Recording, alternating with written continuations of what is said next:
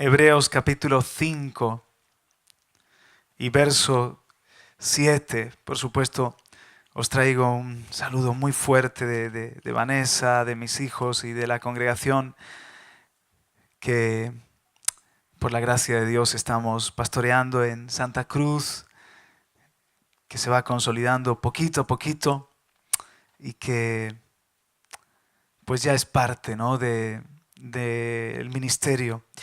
Hebreos 5 y verso 7. Si quieres ponerle un título a esta palabra, puedes llamarle el ministerio de obedecedor. El ministerio de obedecedor. ¿De acuerdo? Bueno, dice en Hebreos 5, 7, Cristo en los días de su carne, habiendo ofrecido oraciones y súplicas con gran clamor y lágrimas al que podía librarle de la muerte, fue oído a causa de su temor reverente.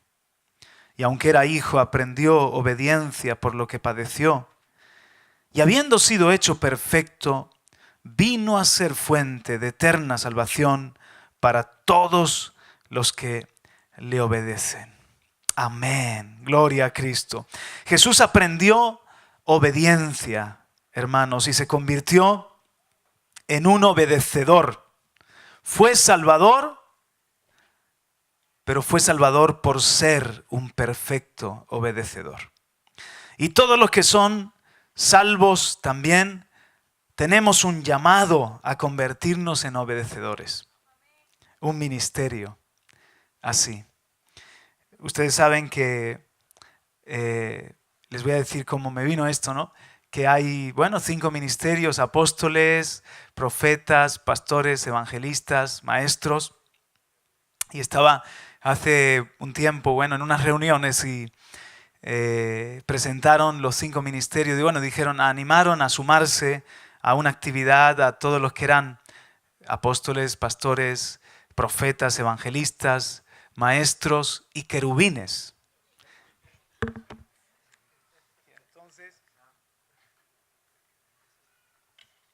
Entonces digo, apareció un nuevo ministerio en Efesios 4, querubines.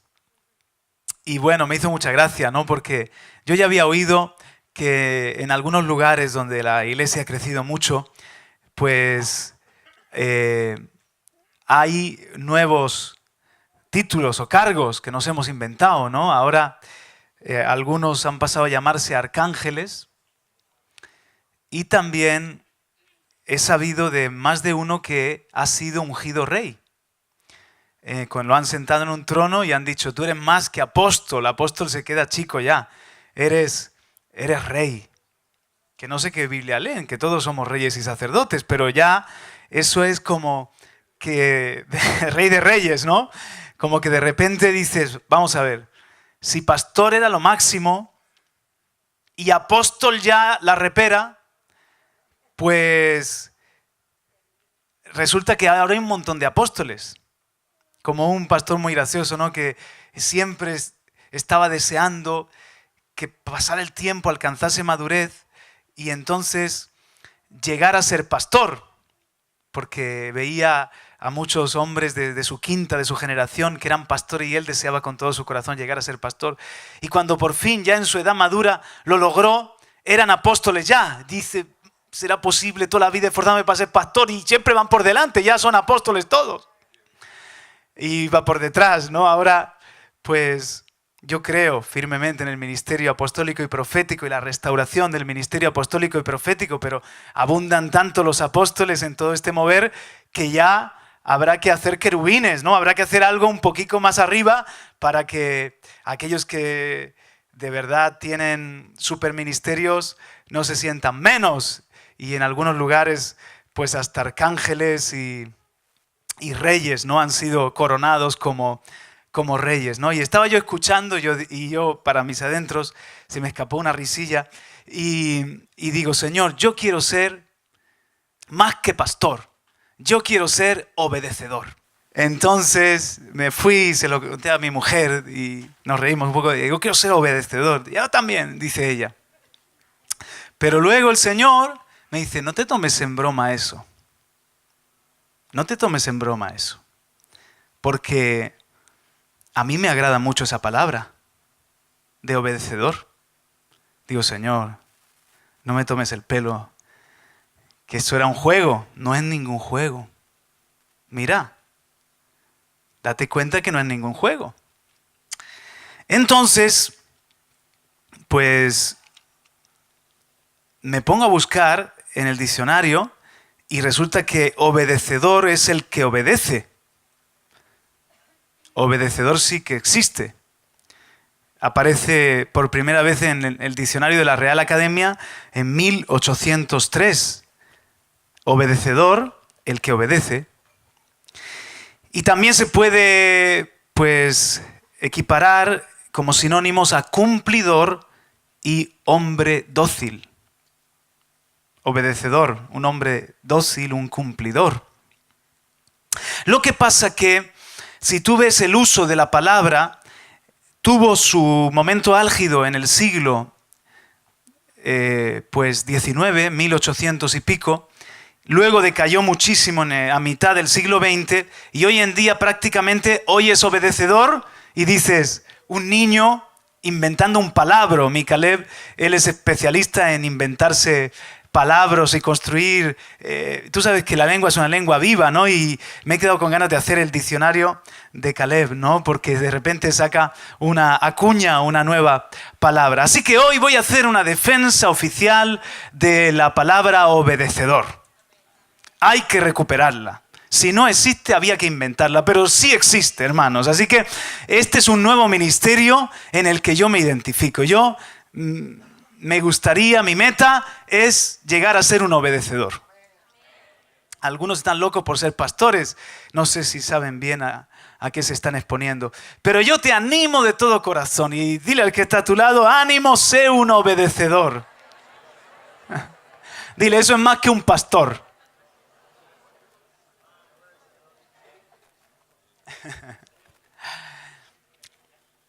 Émile Zola, padre de escritor, padre del naturalismo en el teatro, murió a principios del siglo XX. Él usó esta palabra, pero ya en ese momento era muy escasa. Resulta que nosotros usamos más a menudo la palabra obediente. Del verbo obedecer, el que obedece pues es obediente, pero obediente no es un sustantivo, no sirve como nombre, sino que es un adjetivo. Alguien obediente, pero pues como sustantivo estaría mal emplearlo. Oye, qué cosa que este verbo, el verbo obedecer, se ha quedado sin un sustantivo cuando hay tantos verbos, ¿no? que tienen un sustantivo, no sé, de nadar, nadador, y de lavar, lavandera o lavandero también, o tantos verbos que tienen un sustantivo, y sin embargo, el verbo obedecer, pues ya casi uno diría que no tiene sustantivo para nombrar a los que son obedientes. Obediente es un adjetivo. Pero sí que lo tiene. Lo que pasa que se está extinguiendo, es prehistórico, es un dinosaurio del vocabulario. Por eso digo que merece la pena que lo resucitemos, hermanos. Nosotros que nos dedicamos a esto, de ser obedientes, de ser obedecedores. Amén. Sí, obedecedor es un adjetivo, pero también es un sustantivo. Por ejemplo, hermanos, fíjense, para que ustedes me entiendan un poquito, el adjetivo pendiente tiene su sustantivo, un pendiente. Pero hay adjetivos que no se han sustantivado, que yo sepa. Durmiente, ¿os acordáis la bella durmiente? Pero nadie se dedica a ser un durmiente, ¿no? Un dormilón, ¿no? Alguno tiene un llamado a ser dormilón. No sé si bello durmiente o bella durmiente. El adjetivo obediente no tiene esa misma palabra obediente como sustantivo.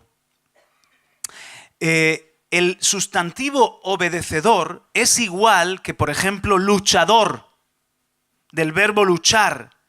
Luchador es un adjetivo, alguien que es luchador, pero también tenemos a los luchadores de sumo, por ejemplo, que no sé si aguantarían en esta plataforma.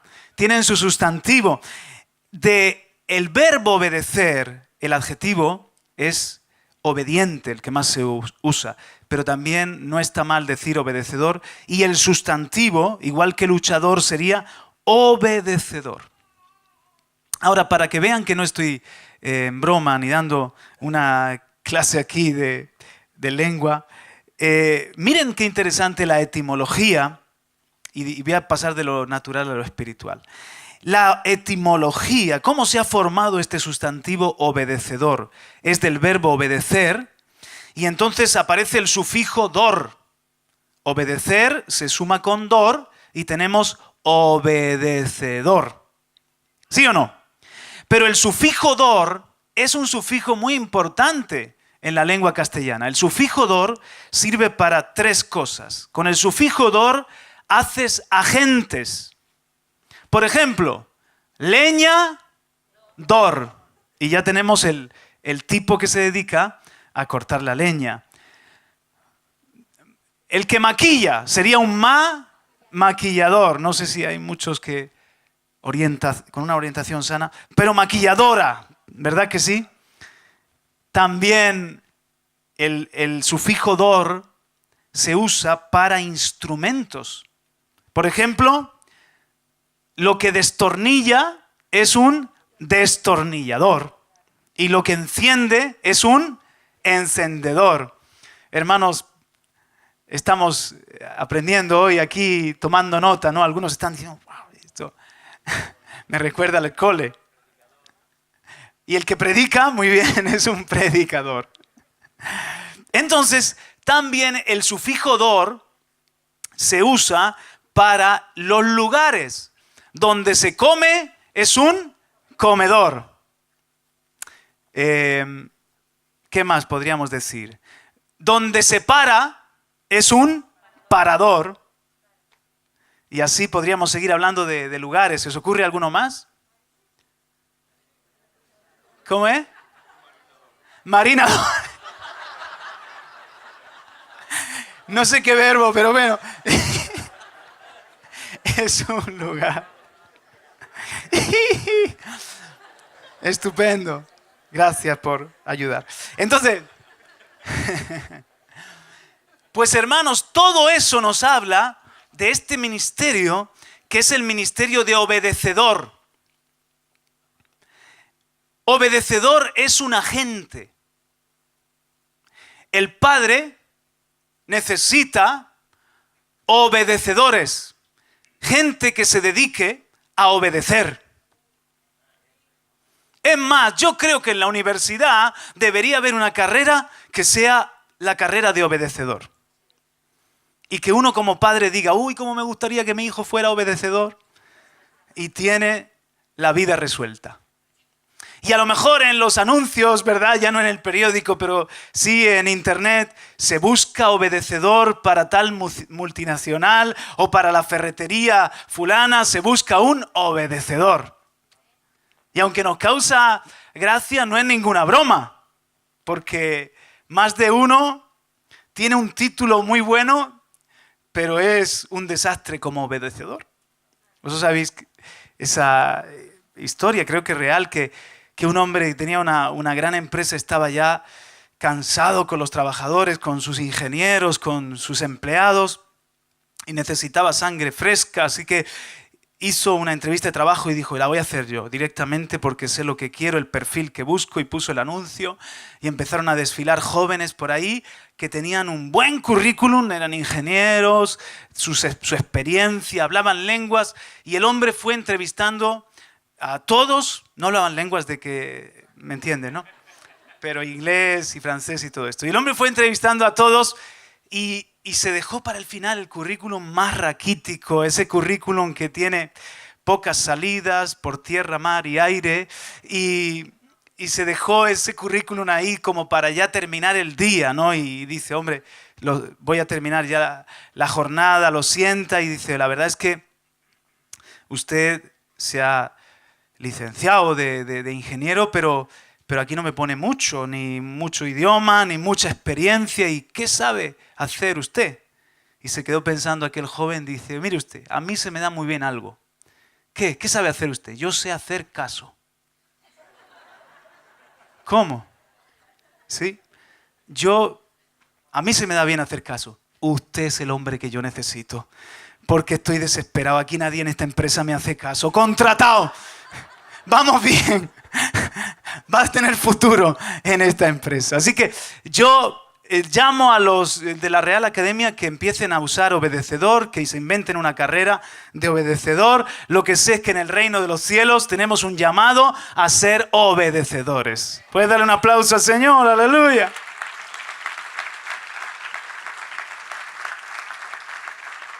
Esto también es muy práctico. Porque yo me imagino en el cielo el padre con su caja de herramientas diciéndole al hijo, hijo, necesito esta herramienta que sirve para obedecer. Y el hijo echa mano y dice, toma padre, lo que tú necesitas no es un destornillador, ni un encendedor, ni un abridor, tú necesitas un obedecedor. Y entonces ojalá que te pueda encontrar a ti el Padre como un instrumento útil para hacer buenas obras en la tierra. Amén. Dile al que a tu lado, eres un instrumento de Dios. Amén. Y también hoy estamos ampliando nuestro vocabulario eclesiástico. A la iglesia le podríamos llamar el obedecedor. Vamos a comer algo al comedor. ¿No? Que hemos dicho que con el DOR. Pues no. Vamos a ese lugar donde se trata de obedecer. Sí, vamos al obedecedor. Yo soy parte de una iglesia donde a lo que nos dedicamos es a obedecer. Este es un obedecedor. Donde Dios te enseña a obedecer.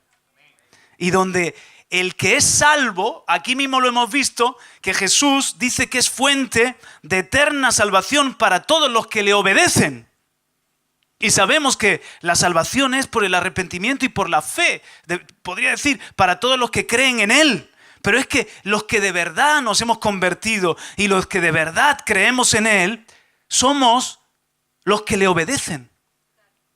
Somos los que le obedecen y nos tenemos que caracterizar porque somos obedecedores.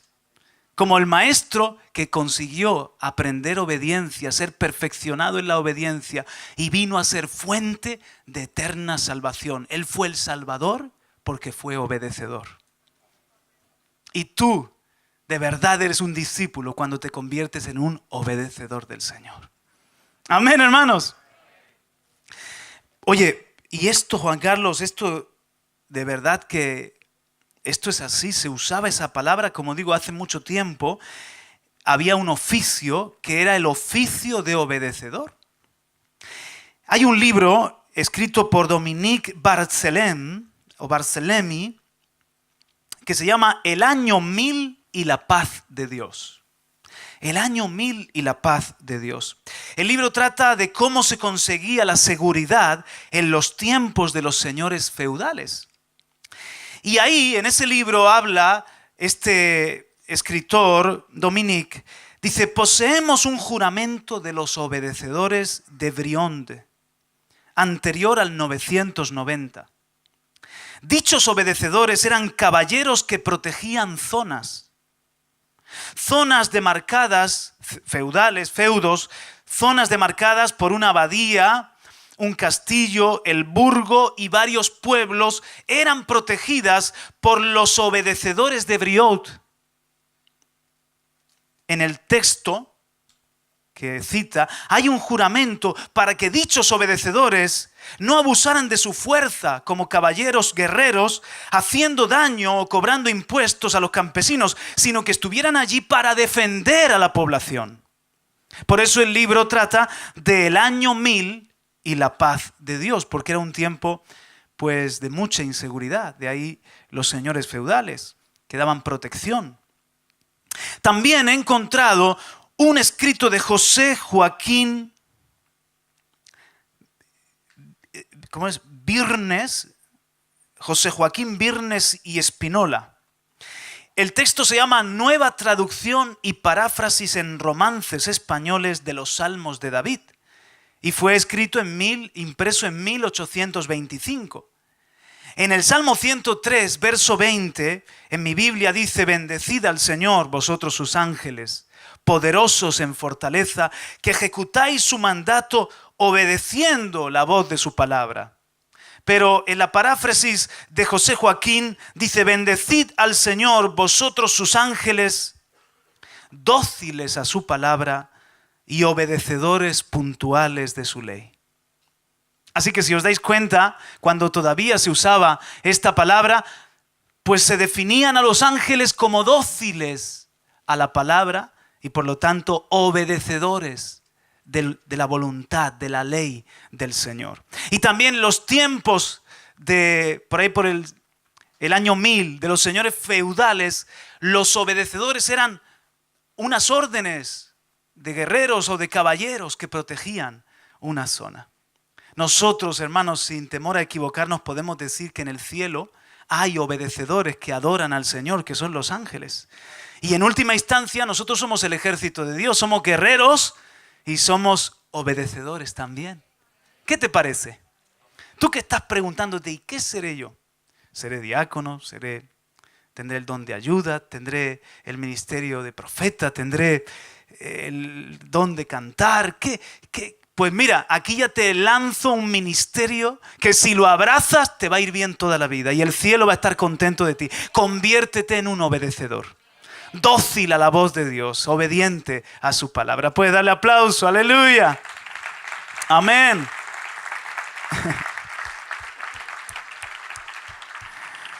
Aleluya. Quiero ir al mensaje y con la ayuda del Señor que veamos algo. Ven conmigo al libro de Jueces.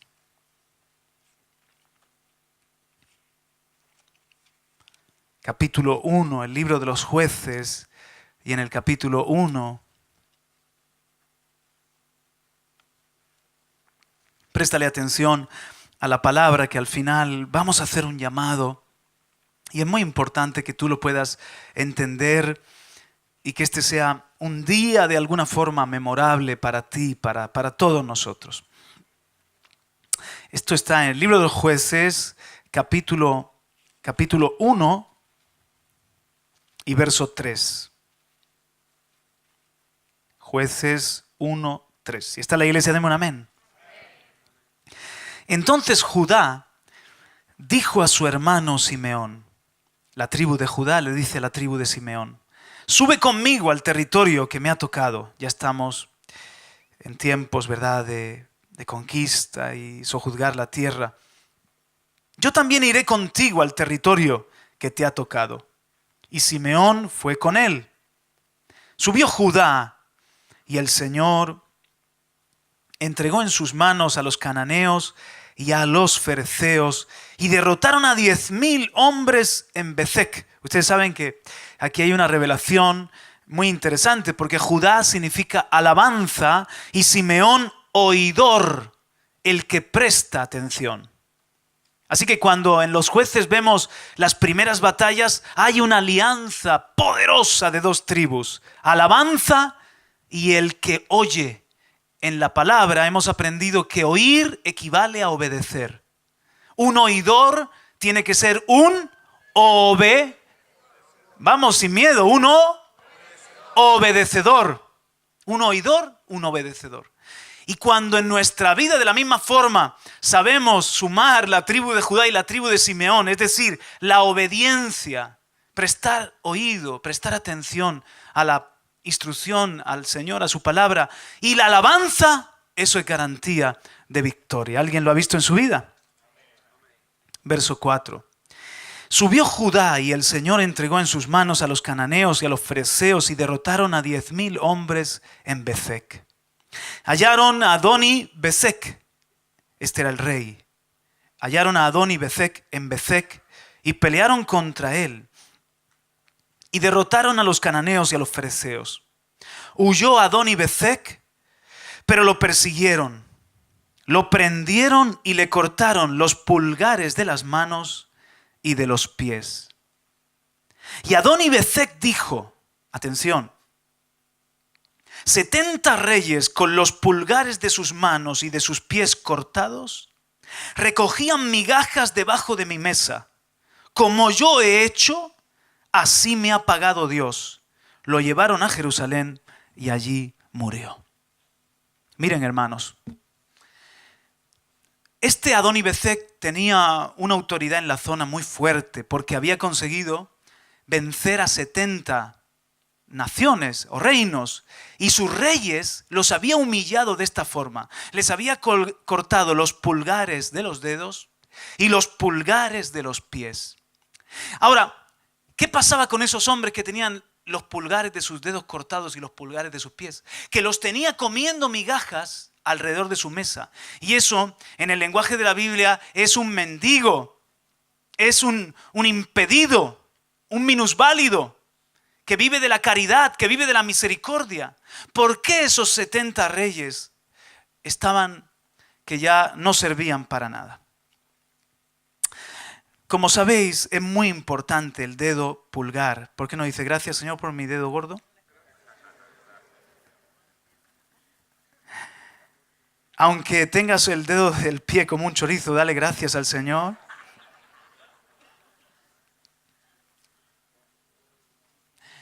El pulgar de la mano es importantísimo, ya que la oposición del pulgar transforma la mano en una pinza. No tenemos el pulgar alineado, sino que tenemos el pulgar en oposición a los otros 4 dedos. De esa forma, el hombre puede agarrarse de algo con toda la mano y fabricar herramientas sofisticadas y pequeñas. El pulgar en oposición nos permite manipular objetos grandes apoyándonos con la palma de la mano, objetos medianos o pequeños apoyándose con uno o más de los otros dedos. Por ejemplo, enhebrar una aguja, cosa irrealizable con otros animales. Podríamos añadir ahí comer con cuchara. Podríamos añadir escribir también, la escritura. O sea, imagínate por un momento sin tu dedo pulgar. ¡Qué desgracia!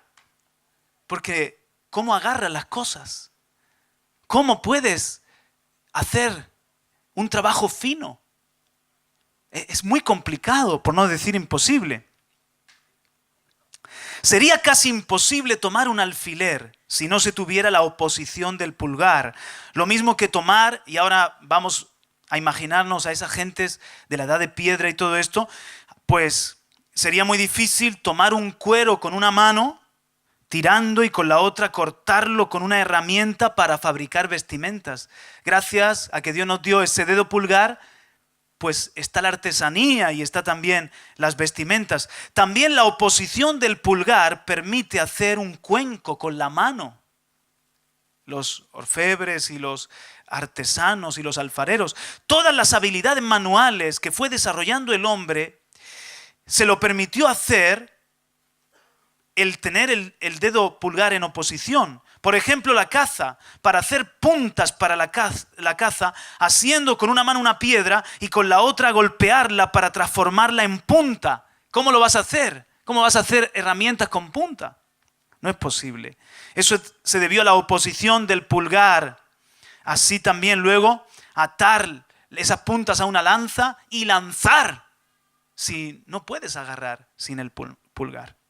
Entonces, imagínate a esos 70 reyes alrededor de la mesa sin dedos pulgares. ¿Tienen manos? Sí. ¿Tienen brazos? Sí. Pero sin los dedos pulgares están impedidos para hacer muchas cosas. Ya no van a poder escribir, ya no van a poder comer con facilidad, etcétera, etcétera. Pero es que ahora hablemos del dedo ayux o alux, no sé cómo se pronunciaría mejor, que es el pulgar del pie. ¿Os habéis dado cuenta que es bastante más grande que los otros dedos? ¿Verdad? Pero si tú sientes que es un dedo así un poco vulgar y no lo quieres llamar dedo gordo, que es muy grande el tuyo, tú llámale alux, mi dedo alux, y ya suena así como más cool. Mirad, hermanos, el dedo gordo, el dedo grueso del pie. Hay un podólogo que es especializado en biomecánica, se llama Albert Casas. Entonces, él habla de que el ser humano es el único primate en el que el hallux, el dedo grueso, está alineado de forma paralela con el resto de los dedos. No es un pulgar en oposición como los chimpancés, sino que a diferencia de la mano, el pie tiene su dedo grueso alineado. ¿Estamos de acuerdo, no? Espero que todo el mundo lo tenga así. De hecho, sigue explicando, si comparamos nuestros pies con los de un chimpancé, podemos observar esa principal diferencia. El chimpancé agarra con los dedos, con las manos y con los pies, igual, anda por ahí haciendo el mono. Además, nuestro dedo pulgar del pie es mucho más pequeño que el de los chimpancés. Eso nos permite, el tenerlo más pequeño que el de un primate, eso nos permite agilidad y poder correr de forma más fácil. ¡Oh, qué perfecto es Dios! ¡Aleluya! Partiendo de esta base, científicos investigadores de la misma universidad han llegado a la conclusión de que los seres humanos están preparados por Dios o bien preparados para carreras de resistencia. Si tuviésemos un dedo gordo que cabe en el zapato de un payaso, pues imagínense cómo iríamos. Sería ridículo. Pero se nos ha dado un dedo gordo más pequeño, aunque es más grande que los otros, para poder correr largas distancias, que eso es lo que hacemos la mayoría de nosotros. Ahora, ¿por qué es mucho más grande el dedo grueso que los otros dedos? El papel de los restantes dedos no es ni muchísimo menos tan manifiesto. Pero lo que diferencia al dedo gordo de los demás es su espectacular tamaño en relación a los demás. Esto es debido a que desempeña una función importante en la conservación del equilibrio al andar. El dedo gordo del pie ayuda a darnos estabilidad. De nada sirve un coloso con unos pies de barro. El hallux da estabilidad a nuestro cuerpo. Un aspecto, si cabe, que toma más valor en el caso de los corredores, que lógicamente van a necesitar, los guerreros y los corredores van a necesitar equilibrio, estabilidad. Albert Casas nos señala el motivo principal de esta diferencia. La función especial del dedo grueso es la propulsión al caminar y al correr. Gracias al dedo gordo es que podemos tener esa propulsión al caminar y al correr. Qué perfecto lo ha hecho todo el Señor. Amén, hermanos. Y añade el factor equilibrio. Además de dicha función, hay que tener presente que desempeña un papel crucial en el equilibrio. Estoy leyendo entrecomillado. Y nos revela una cifra. Sobre el dedo grueso recae del 80 al 85% de toda la estabilidad del pie. Si no tuvieses el dedo gordo de tu pie, te faltaría un 80-85% de tu estabilidad. Ahora, imagínate un momento a esos reyes. 70 reyes no tienen el dedo pulgar de las manos, no tienen el dedo pulgar de los pies. Les falta estabilidad. Andan como zampos, andan como patos. Están impedidos, tanto para trabajar con sus manos como para caminar y pararse. Por eso nos los podemos imaginar alrededor de la mesa de Adón y Bezek comiendo las migajas, porque hasta pararse firmes les cuesta. No son útiles para la guerra, no son útiles para pararse firmes. ¡Qué vergüenza para un rey! Ahora, cuando Judá y Simeón vencen a este rey tan villano, le hacen lo mismo. Y él reconoce que Dios le ha pagado conforme a su maldad. Le cortan los dedos de las manos y los dedos de los pies. Y tú dirás, bueno, Juan Carlos, vaya un rollo nos estás soltando aquí. ¿Qué tiene que ver eso conmigo? Muchas gracias, pero ¿qué tiene que ver eso conmigo? Tiene que ver mucho contigo y conmigo. Ven conmigo un momentito a el libro de Levítico en el capítulo 8. Consagración de Aarón y de sus hijos. Levítico 8:10. Os espero, hermanos. Tercer libro de la Biblia. Este texto que vamos a leer es el cumplimiento de la instrucción de Éxodo 29, que Éxodo 29 habla a Dios a Moisés cómo tenía que ungir. Pues aquí vemos el momento de la unción, cuando obedece aquella orden. Levítico 8:10. Y Moisés tomó el aceite de la unción, ungió el tabernáculo y todo lo que en él había y los consagró. Con el aceite roció el altar 7 veces y ungió el altar y todos sus utensilios y la pila y su base para consagrarlos. ¿Estáis ahí? Verso 12. Y derramó del aceite de la unción sobre la cabeza de Aarón y lo ungió para consagrarlo. Luego Moisés hizo que los hijos de Aarón se acercaran y los vistió con túnicas, los ciñó con cinturones y les ajustó las tiaras, tal como el Señor había ordenado. Entonces trajo el novillo de la ofrenda por el pecado. Y Aarón y sus hijos pusieron sus manos sobre la cabeza del novillo de la ofrenda por el pecado. Al poner las manos es como que estaban identificándose. Ese novillo ahora iba a representar. Estaban transfiriéndole sus propios pecados a aquel novillo. ¿Qué hicieron? Verso 18.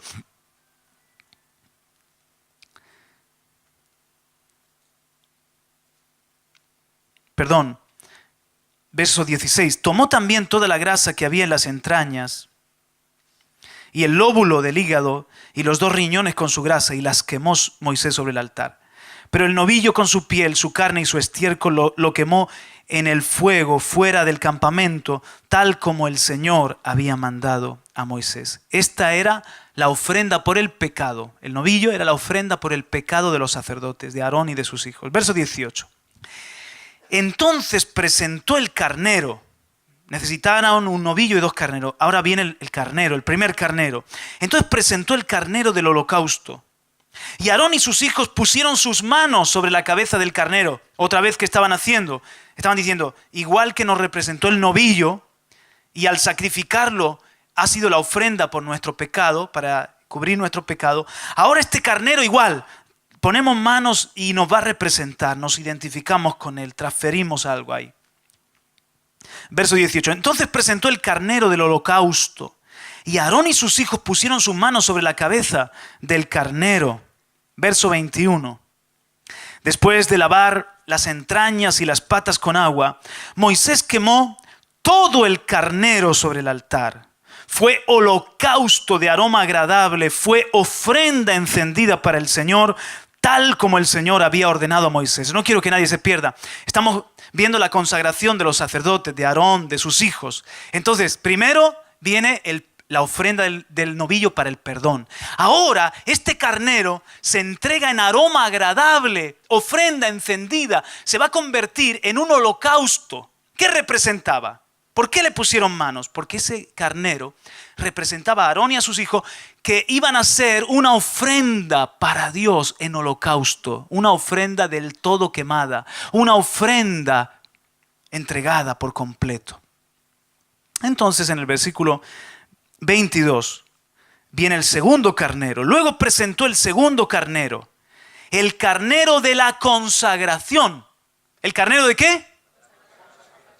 Ahora la palabra allí literalmente también se puede leer el carnero de la plenitud. ¿El carnero de qué? De la plenitud. Y Aarón y sus hijos pusieron sus manos sobre la cabeza del carnero. Otra vez vemos lo mismo. Este carnero nos va a representar. Nos identificamos con él. Y este carnero ya no va a ser para la ofrenda por el pecado. Ya no va a ser para darlo en holocausto, ofrenda, aroma agradable que sube del todo quemada para Dios. Ahora, este va a ser un carnero que representa nuestra consagración y nuestra plenitud, nuestra madurez, la plenitud de nuestro vigor y nuestra consagración, que nuestra vida en la tierra está dedicada para el servicio de Dios. Si ese carnero es holocausto, como diciendo, nos entregamos en muerte, nos entregamos en totalidad. Ya no vivo yo, ahora es Dios. Pues este carnero representa que mientras que estoy aquí en la tierra, vivo para Dios, para servirle, consagrado, en plenitud para Él. Entonces, versículo 23, Moisés lo degolló y tomó de la sangre y la puso en el lóbulo de la oreja derecha de Aarón. ¿Dónde? En el lóbulo de la oreja derecha de Aarón, en el pulgar de su mano derecha y en el pulgar de su pie derecho. Hizo también que se acercaran los hijos de Aarón, y Moisés puso sangre en el lóbulo de la oreja derecha de ellos, en el pulgar de su mano derecha y en el pulgar de su pie derecho. Entonces Moisés roció el resto de la sangre sobre el altar por todos los lados. Versículo 28. Después Moisés tomó todo esto de las manos de ellos y lo quemó en el altar con el holocausto. Fue ofrenda de consagración. ¿Ofrenda de qué? De consagración o plenitud. Nuestros oídos quedan consagrados. Nuestras obras quedan consagradas. Nuestra firmeza y nuestro camino queda consagrado en plenitud para Dios. ¿Ves? Fue ofrenda de consagración como aroma agradable, ofrenda encendida para el Señor. Pero es que fíjate, mi hermano, si vas un poquito adelante en el capítulo 14, en Levítico capítulo 14, vas a ver algo parecido en la purificación de los leprosos. Levítico 14, 14. ¿Cómo se purificaba un leproso? Pues mira, ¿ya habéis llegado?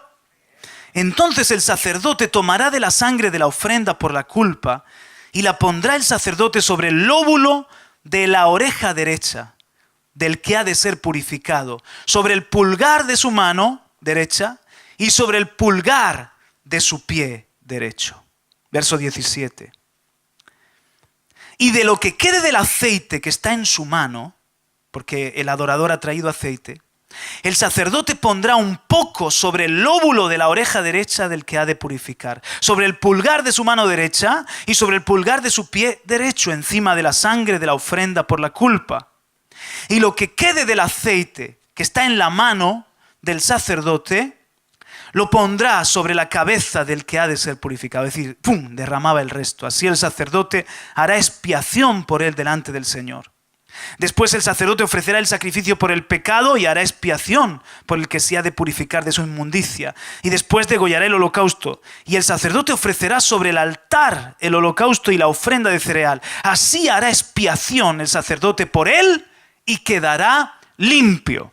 ¿Cómo se purificaba un leproso? Tenía que venir con una ofrenda y entonces la sangre de aquel animalillo se untaba, se ungía con esa sangre. Tanto, o se untaba si era sangre, en el lóbulo derecho, en el pulgar derecho y en el ayux, o en el dedo grueso también, pulgar del pie. Pero es que después se le ungía con aceite. Se le ungía con aceite sobre la sangre, se volvía a poner en el lóbulo derecho, pulgar y ayux, se volvía a poner. Y así quedaba purificado. Y así el adorador, el israelita, es como que quedaba limpio y era parte de la comunidad, de la congregación. Ahora vamos a venir juntos a Juan capítulo 13.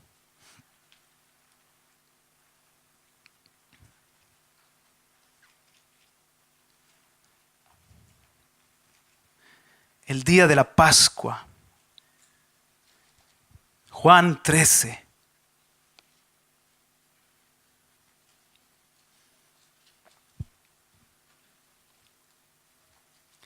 Y verso 1.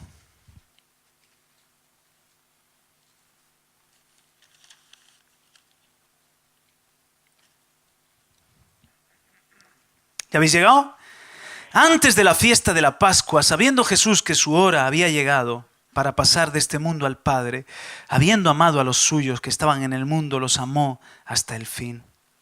Y durante la cena, como ya el diablo había puesto en el corazón de Judas Iscariote, hijo de Simón, el que lo entregara, Jesús, sabiendo que el Padre había puesto todas las cosas en sus manos y que de Dios había salido y a Dios volvía, se levantó de la cena y se quitó su manto y tomando una toalla se la ciñó.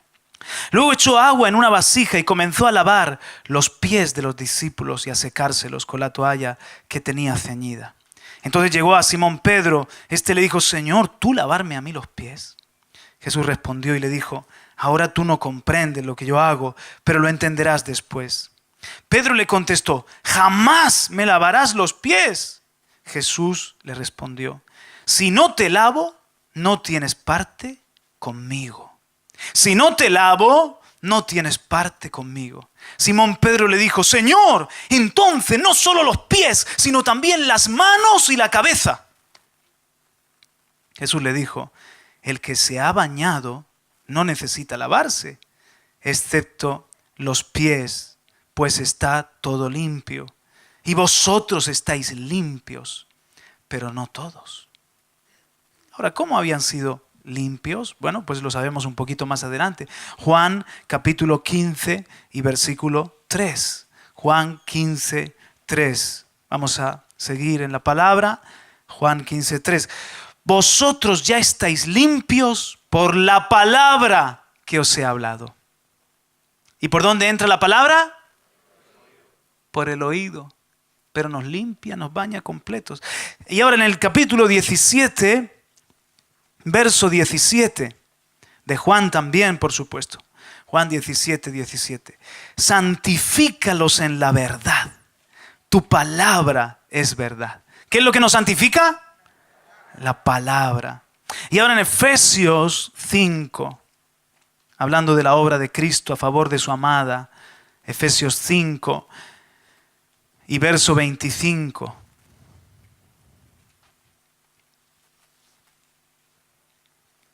Efesios 5, 25. Maridos, amad a vuestras mujeres, así como Cristo amó a la iglesia y se dio a sí mismo por ella, para santificarla, habiéndola purificado por el lavamiento del agua con la palabra. ¿Cuál es el agua que nos lava? La palabra.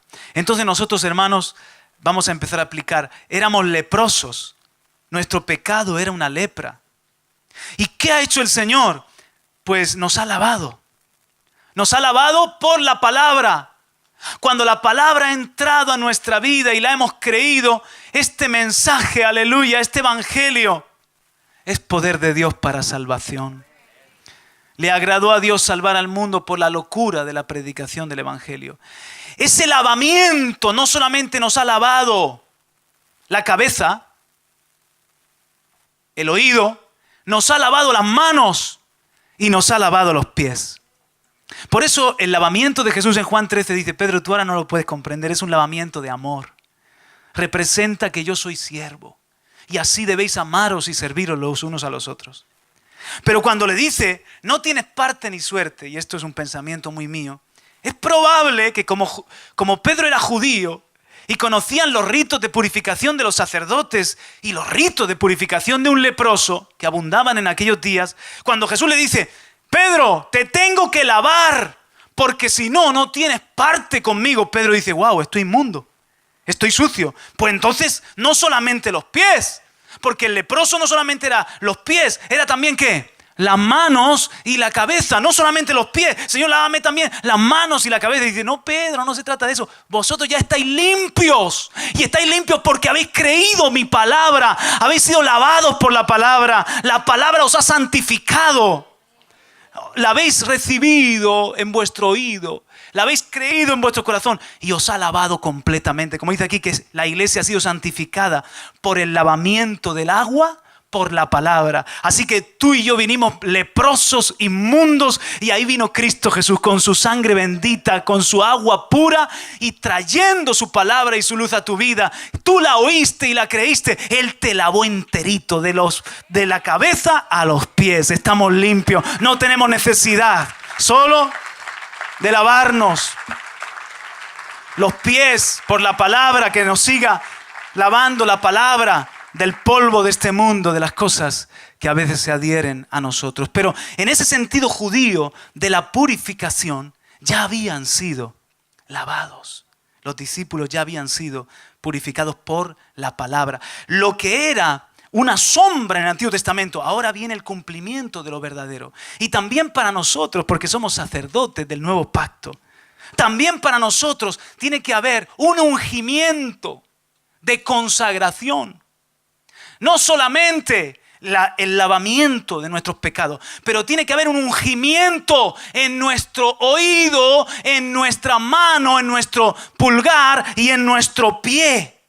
¿Qué representa eso? Que si nosotros le rendimos a Dios, le consagramos nuestro oído en obediencia y somos obedecedores, quedamos consagrados para poderle servir. Pero si tú no le das tu oído como un obedecedor, si no dejas que el Señor te unja el oído y tu oído queda consagrado para la palabra, por mucho que estés en la iglesia y eres salvo, eso está por demás decir lo que si has creído en Cristo, pero en cuanto al sacerdocio quedas invalidado.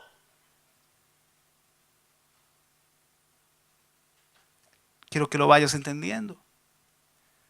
Hay muchos cristianos que oyen. Pero no son obedecedores. De manera que no están viviendo en la consagración y en la plenitud. Hay que ir a la plenitud. Como Jesús fue perfeccionado en la obediencia, nosotros tenemos que ser perfeccionados también en la obediencia. Y oír es obedecer. Cuando tú estás oyendo al Señor en su palabra y que Él te está hablando y te está dando instrucciones y por el Espíritu, tu oído ya no es tuyo, tu oído ya está consagrado para tu Señor. Está consagrado para obedecer a tu Señor. Y cuando tu oído está consagrado para obedecer a tu Señor, también tus manos y también tus pies. Pero cuando hay un sacerdote que no tiene su oído consagrado y no está viviendo como un obedecedor, en obediencia, como el que oye y obedece, entonces eres un mutilado. Como Adón y Bezek y los 70 reyes. Te falta el pulgar. Te falta la fuerza para poder servir al Señor. Te falta la capacidad de pararte firme y poder correr y pelear por tu Dios. No tienes estabilidad. Como los sacerdotes fueron consagrados, todos tenemos que ser consagrados. No solo lavados, había un novillo por el pecado, otro carnero en holocausto, pero otro, el tercero, tenía una tipología, y estas cosas que fueron escritas para nuestra enseñanza fueron escritas. El tercer carnero representaba que el sacerdote ya no podía vivir oyendo a Dios y haciendo su voluntad, sino que ahora ya estaba consagrado, iba a vivir en plenitud para servir a Dios. Sus capacidades, sus fuerzas de las manos, eso lo representa el pulgar, y su firmeza de los pies, su capacidad de correr, andar y pararse firme, ahora estaba consagrado para su Señor, porque él era un obedecedor, un oidor, un sacerdote, un guerrero del Señor. Denle un aplauso si lo ha entendido. Amén.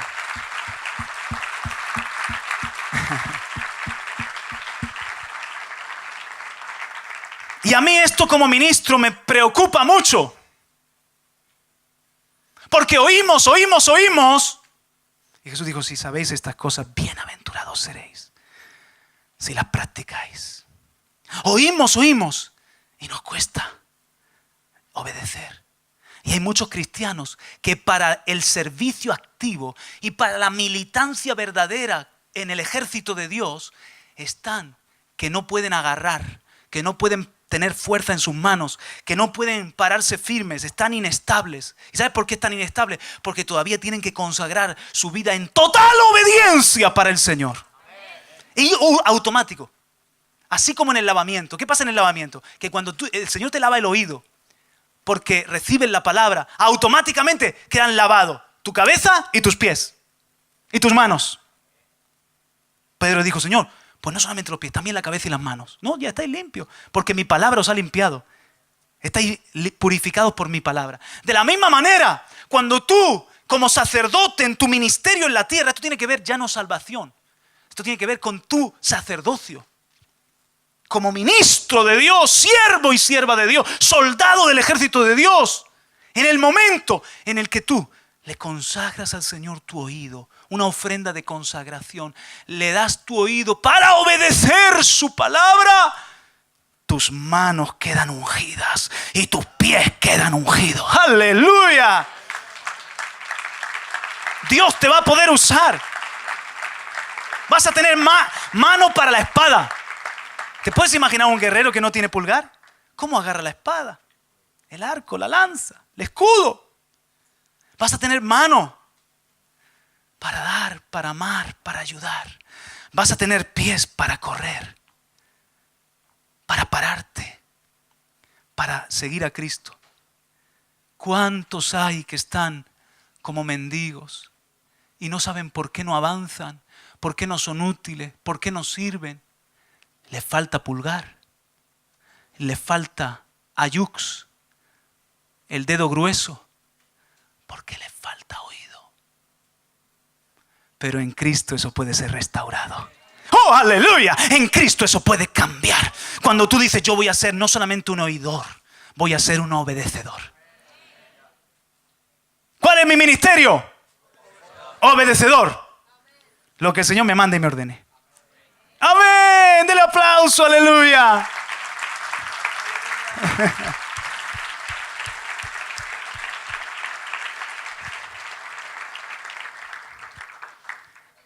Dice una y otra vez, el que tenga oídos para oír, 8 veces en Apocalipsis. El que tenga oído para oír, que oiga. Y a mí eso me muestra que uno, hay que tener oído. Si Cristo ha venido a tu vida y por gracia te ha salvado, te ha dado oído. Pero dice, el que tenga oído, ya oye. No. El que tenga oído, que oiga. Eso quiere decir que yo tengo que usarlo. Que yo tengo que tomar una decisión de obedecer a mi Señor. El que tenga oído, que oiga. Dile al que está a tu lado, oír te puede salvar la vida. Obedecer te puede salvar la vida, hermano. Aleluya. Mis fracasos más grandes como ministro han sido por oír y olvidar. Oír y acumular información, pero no hacer. No tomarme en serio la voz y la advertencia del Señor. Y ahí a pagar consecuencias. Cuidado. No hay que tomar esto a la ligera. Por eso no es broma esto de ser obedecedores. Aunque se te trabe la luenga. Es serio. Mi hijo Enoch, casi tenemos una tragedia allí en Bolivia porque, bueno, fuimos de los primeros días que estábamos por ahí, nos sacaron los hermanos. Se ve que dijeron, vamos a sacar a estos que conozcan algo bueno de Bolivia. Y nos sacaron a una especie de río, ¿no? Con mucha arena. Y agarramos un car, no, ¿cómo se dice esto? Un quad. No, que tiene 4 ruedas. Quad o cuadratraco, como se llame. Y un caballo, una yegua, un caballo bien bonito, ¿no? Y entonces yo iba en el caballo ahí, porque a mí, los motores no me van mucho. Y iba en el caballo ahí, pi. La verdad es que el caballo hacía lo que le daba la gana, pero yo ahí. Y mi hijo Enoch, con la moto esa, con el quad, como si lo hubiera conducido toda la vida. Yo ahí tranquilito y mi hijo, papá! Y en una curva de repente, ¿sí o no, Marcelo? Se puso a 2 ruedas. Que de repente sonreía, pero con una sonrisa esa de que me la pego. Y le digo yo, hijo, pero el caballo también es divertido. ¡Ah! Que va a ser divertido. Sí, venga, déjate un poco el quad y vente al caballo. Y se monta el caballo, él está ya más grande que yo, se monta el caballo ahí. ¿Y de qué va? ¿Y esto cómo va? Con el fuste, las riendas. Digo, mira, si tú quieres que el caballo pare, le tiras de la rienda. Si tú quieres que el caballo corra, le das con el fuste. ¡Claro que sí, papá!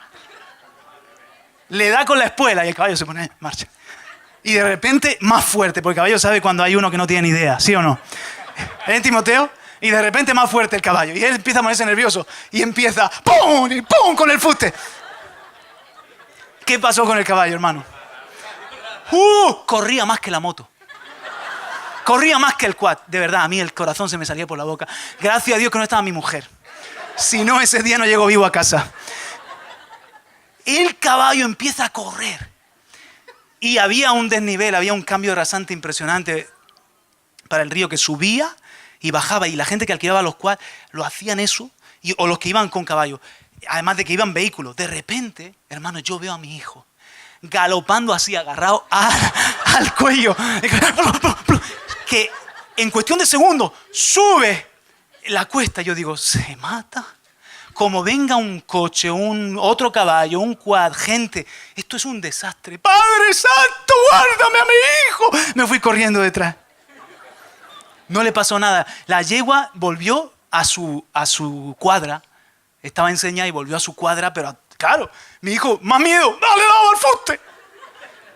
Hijo, volvió blanco así. Que no sabía si andar. Parecía que le faltaba el dedo gordo a ese también. Blanco llegó. Y no, hijo. Y esto sinvergüenza riéndose y echando fotos. Está grabado, esto está grabado. Pero hijo, ¿qué entendiste? Pues yo entendí que cuando quería correr, tiraba. Y cuando quería parar, le daba. Pero hijo, lo entendiste al revés. Porque él estaba con toda su emoción. Hijo, tienes que aprender a oír. Oír te puede salvar la vida o puedes perder la vida. La instrucción de Dios es muy importante. Que se lo digan al profeta de Betel. Que se lo digan a Moisés. A tantos siervos. Que se lo digan a David cuando llevó el arca de cualquier forma y murió Uza. Esto no es cualquier cosa. Somos sacerdotes, le ministramos a Dios, le representamos a Dios. Nuestro oído tiene que ser un oído de obedecedor.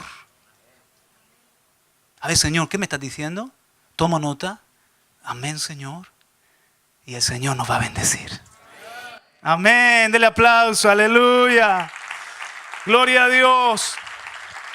La diferencia está en el oír. Jeremías 7, del 12 al 28. Cuando le dice el Señor, ¿qué os mandé cuando salisteis de Egipto? No os mandé holocausto ni sacrificio, os mandé que oyerais la voz del Señor. Este sí que me gustaría leéroslo, que es el Salmo 81. Es el Salmo 81, lo puedes leer entero. ¡Oh, si mi pueblo me oyera! Si Israel anduviera en mis caminos. En un momento yo subyugaría a sus enemigos. Miren, hermanos, la diferencia, di conmigo, la diferencia está en el oír. Ahora dilo como que desayunaste. La diferencia está en el oír.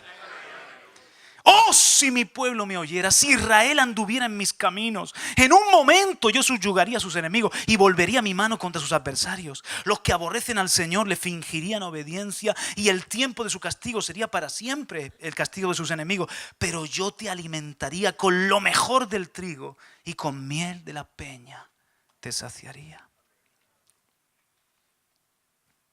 Otro texto es Éxodo 20, 19 y 20. La consagración del pueblo en Sinaí. Ahí fue consagrado el oído. Porque el Señor dijo, oye, yo te saqué con alas de águila. Oye mi palabra, oye mi voz y guarda la instrucción. Anda por mis caminos y serás mi especial tesoro en medio de los pueblos de toda la tierra. Éxodo capítulo 20. Pero hay un texto que sí que quiero, por favor, que busques. Y está en Josué 24, verso 14. Es una palabra de Josué ahí en su recta final, ¿verdad? Josué 24, 14. Si está la iglesia, deme un amén. Ahora pues, temed al Señor y servidle con integridad y con fidelidad. Quitad los dioses que vuestros padres sirvieron al otro lado del río y en Egipto y servid al Señor. Y si no os parece bien servir al Señor, escoged hoy a quién habéis de servir. Si a los dioses que sirvieron vuestros padres que estaban al otro lado del río, o a los dioses de los amorreos en cuya tierra habitáis. Pero yo y mi casa serviremos al Señor. Y el pueblo respondió y dijo, lejos esté de nosotros abandonar al Señor para servir a otros dioses. Verso 19. Josué 24, 19. Entonces Josué dijo al pueblo: no podréis servir al Señor, porque Él es Dios santo. Él es Dios celoso. Él no perdonará vuestra transgresión ni vuestros pecados si abandonáis al Señor y servís a dioses extranjeros. Él se volverá y os hará daño y os consumirá después de haberos hecho bien. Respondió el pueblo a Josué: no, sino que serviremos al Señor. Y Josué dijo al pueblo: vosotros sois testigos contra vosotros mismos de que habéis escogido al Señor para servirle. Y dijeron: testigos somos. Ahora pues, quitad los dioses extranjeros que están en medio de vosotros e inclinad vuestro corazón al Señor, Dios de Israel. Y el pueblo respondió a Josué: al Señor nuestro Dios serviremos y su voz obedeceremos. ¡Wow! ¡Qué palabra esta! ¡Qué frase! ¡Qué declaración! ¿Sabes que literalmente en hebreo? Literalmente dijeron: al Señor nuestro Dios serviremos y su voz escucharemos. Pero se traduce: y su voz obedeceremos. Porque si eres un obedecedor, eres un oidor. Si ellos dijeron escucharemos, equivale a obedeceremos. ¿Por qué? Porque eran un pueblo consagrado y consagrado para la voz de Jehová. En eso se diferenciaban del resto de los pueblos, de las otras tierras, que ellos iban a escuchar la voz del Señor y a obedecer y a andar en sus caminos. Hermanos, yo como iglesia le pido al Señor con todo mi corazón, como ministerio, que seamos un ministerio de obedecedores, de gente con el oído consagrado.